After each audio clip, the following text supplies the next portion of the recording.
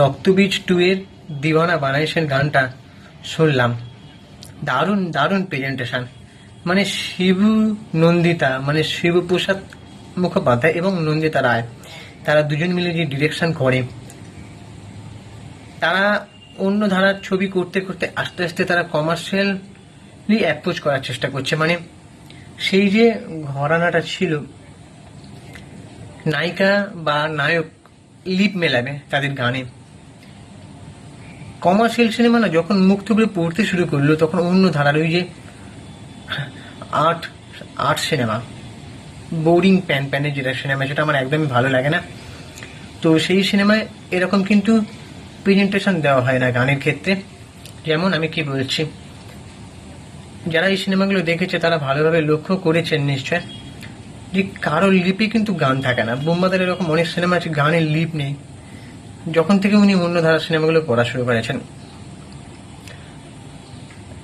একটা করে মুভমেন্টস দেখানো হচ্ছে, তার ব্যাকগ্রাউন্ডে গান বাজছে।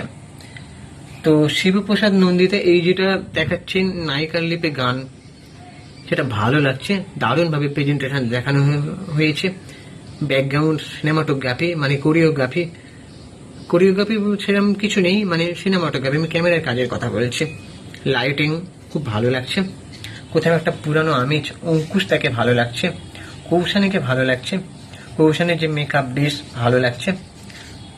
হয়তো গানটা সেভাবে মন ছুঁতে পারেনি, কিন্তু প্রেজেন্টেশনটা দারুণ। কমার্শিয়াল ভাইবটা আস্তে আস্তে কোথাও একটা উঠে আসার দরকার। এবারে রক্তবীজ 2 টিজার এবং ট্রেলার নিয়ে তো আমি আলাদা করে রিভিউ করেছি, তোমরা চ্যানেলে গিয়ে দেখে আসতে পারো। সিনেমাটা দেখার অপেক্ষায় আমি আছি। অঙ্কুশদের যে ক্যারেক্টারটা মুনির আলম, এবং এখানে বাংলাদেশের যে প্রধানমন্ত্রী শেখ হাসিনা এবং আমাদের ভারতের রাষ্ট্রপতি প্রণব চ্যাটার্জির আদলে ভিক্টর ব্যানার্জি এবং সীমা বিশ্বাস, সম্ভবত ওনার চরিত্রগুলো নির্মাণ করা হয়েছে।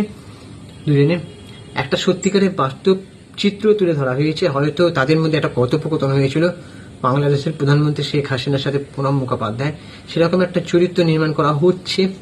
ঘটনা, সত্যিকারের ঘটনা তুলে ধরার চেষ্টা করা হচ্ছে, আমরা সিনেমাটা দেখলে বুঝতে পারবো।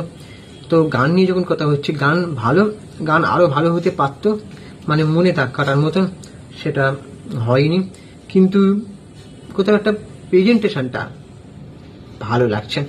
তো এভাবেই বাংলার সিনেমার মানে কমার্শিয়াল ভাইবটা আস্তে আস্তে ফিরে আসুক, এটাই চাইবো। বাকি তোমাদের কি ওপিনিয়ন তোমরা জানাও।